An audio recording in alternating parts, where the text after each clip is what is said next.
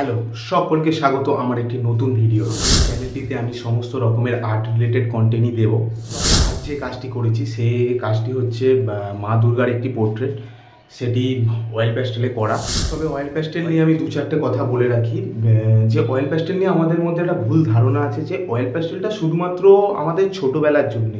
আমরা ছোটোবেলায় oil pastel শিখি, শেখার পরেই আমরা ওয়াটার কালারে চলে যাই। এটা সম্পূর্ণ একটা ভুল ধারণা।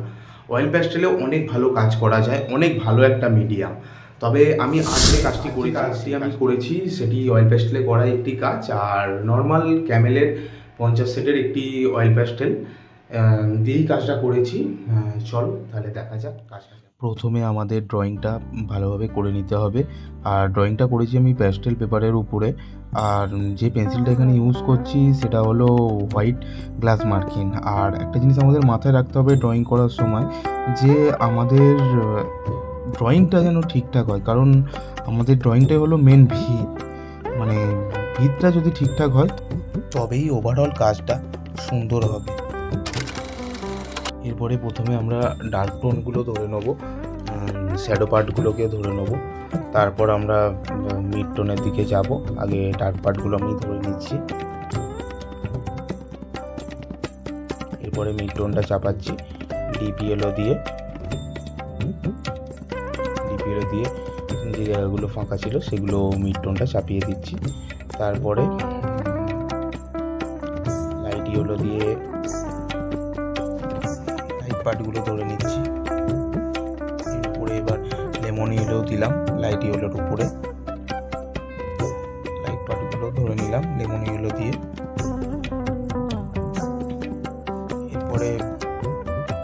এরপরে শ্যাডো পার্টটা এই ডার্ক ভায়োলেট দিয়ে একটু ডার্ক করে নিচ্ছি। এটা আমাদের মাথায় রাখতে হবে যে আমরা ব্ল্যাকটা খুব কমই ইউজ করব, ব্ল্যাক দেবেও না ধরতে গেলে। প্রথমে আমরা ডার্ক পার্ট ধরার জন্য আগে এই কালারগুলোকে ইউজ করব, তারপর লাইট পার্টগুলোর জন্য হাইলাইট পার্টগুলোর জন্য হোয়াইট কালারটা ইউজ করেছি। হাইলাইট পার্টগুলো বার করে নেবো, নাকের কাজটা মুখের কাজটা যেখানে যে লাইট পার্টগুলো আছে সেগুলো বার করে নেবো। তারপর রেড কালারটা দিয়েছি শ্যাডো পার্টেতে।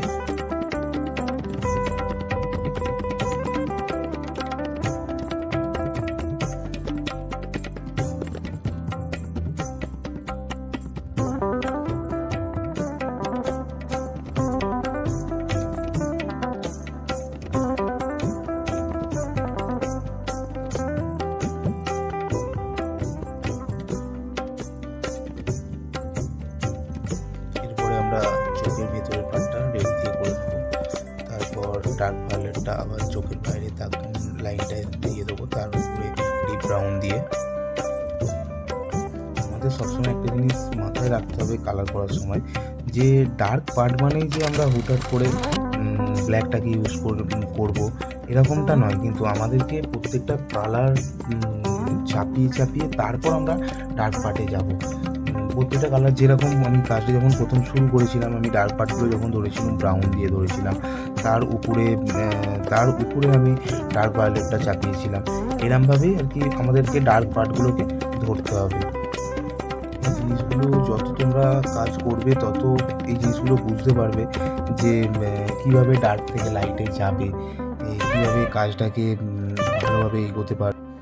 একটা জিনিস সবসময় আমাদের মাথায় রাখতে হবে, আমাদেরকে প্রতিনিয়ত কাজ করে যেতে হবে।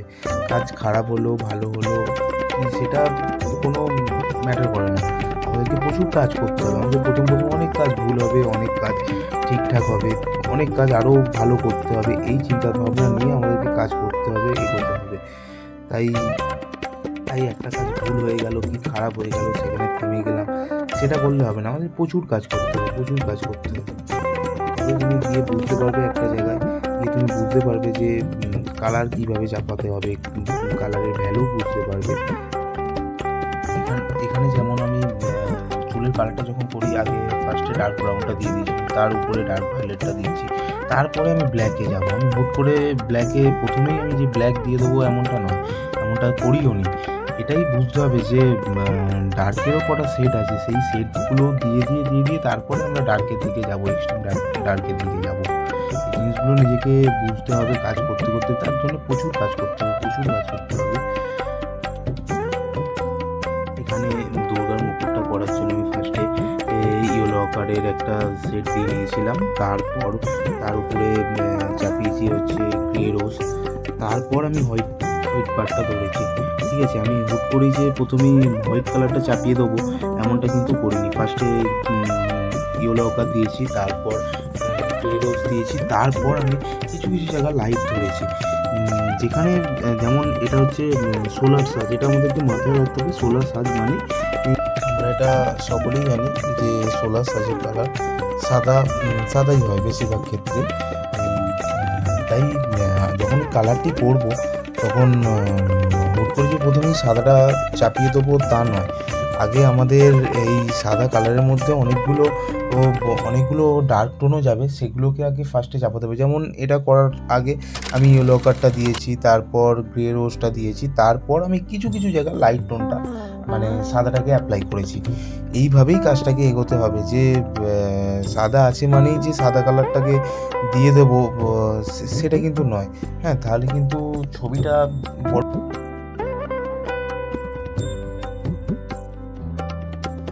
আশা করছি অনেকে হয়তো এই ভুল ধারণা থেকে এবার বেরোতে পারবে যে অয়েল প্যাস্টেলটা শুধুমাত্র ছোটদের জন্যই নয়, অয়েল প্যাস্টেলে অনেক ভালো ভালো কাজ করা যায়।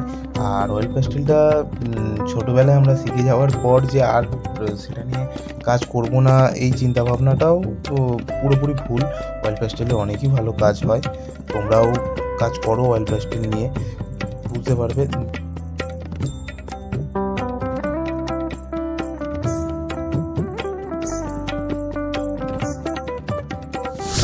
তবে কাজটি কেমন লেগেছে কমেন্ট করে জানাবেন, আর চ্যানেলটিকে সাবস্ক্রাইব করে দেবেন। তাহলে দেখা হচ্ছে আবার কোনো নতুন ভিডিওতে নতুন পেন্টিংয়ের সাথে।